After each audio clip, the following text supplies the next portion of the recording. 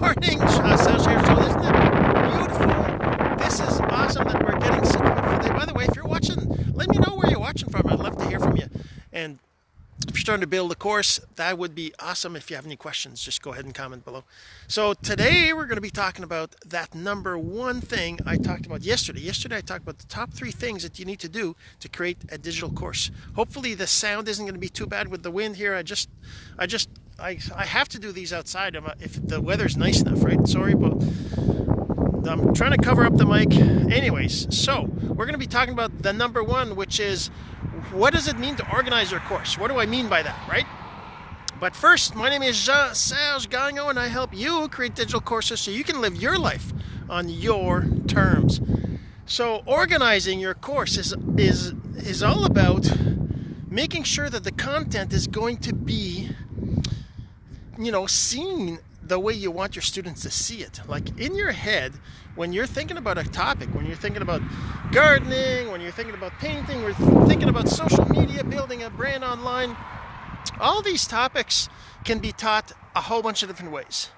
And there's not one way that's the only way to do it, right? There's a bunch of ways to do it, and what I'm going to tell you about is one of the ways, right? It's not the only way. Plus, even when I talk about it, it's not like a single way to do it, right? It's kind of like there's different ways that you can do that, and you can build a course with a whole bunch of different ways. Sorry about the sound. Hey, Sippy, thanks so much for watching. Oh my God, the wind's getting worse.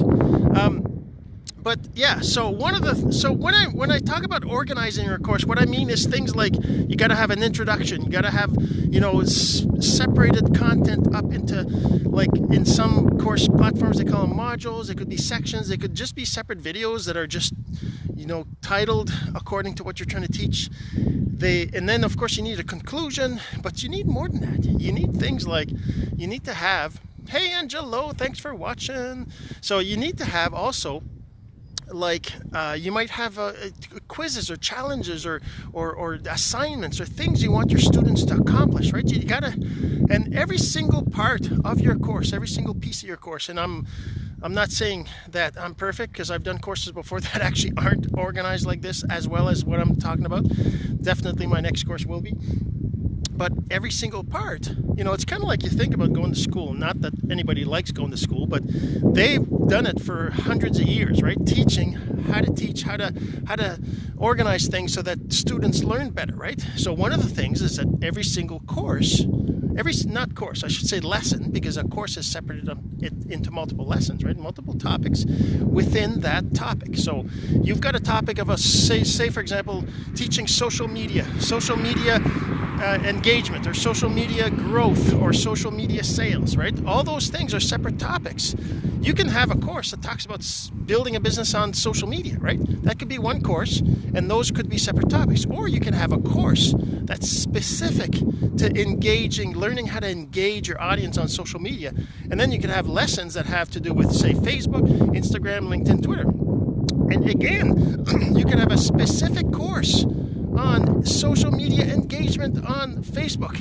And then in that course, your separate sections would be like engagement in groups, engagement on pages, engagements on your profile, engagements in personal messages. I mean, it's endless. But the idea is that you got to separate things up so that it's clear that you're teaching one thing. And then you have to have, say, like a quiz or a challenge or like it's a homework, but make it fun, right?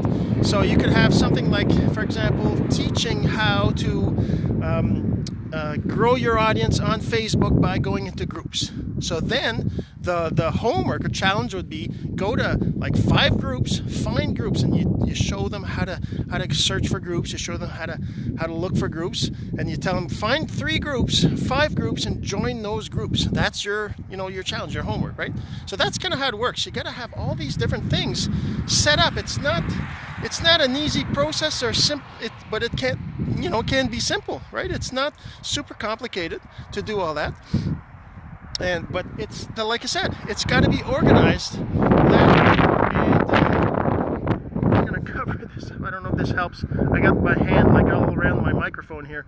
Hopefully the wind isn't doing too bad. But yeah, so that's what I mean by organizing your course. You got to have You know, and it doesn't end there, because if you're trying to promote it afterwards, you're going to need some title, a tagline that you can use in ads or in posts on social media or your email list.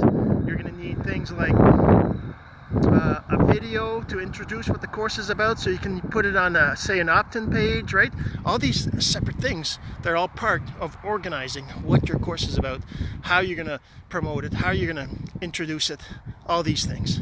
All right, so hopefully you enjoyed this, and don't forget, we're going to do a 5-day free challenge on how to create your first digital course. We're going to do that very soon, so if you're interested in joining that, I have a waiting list. All you got to do is comment below that you'd like to be in that list, and we'll get you in that group. All right, so you have yourself a great day, and we'll talk again tomorrow.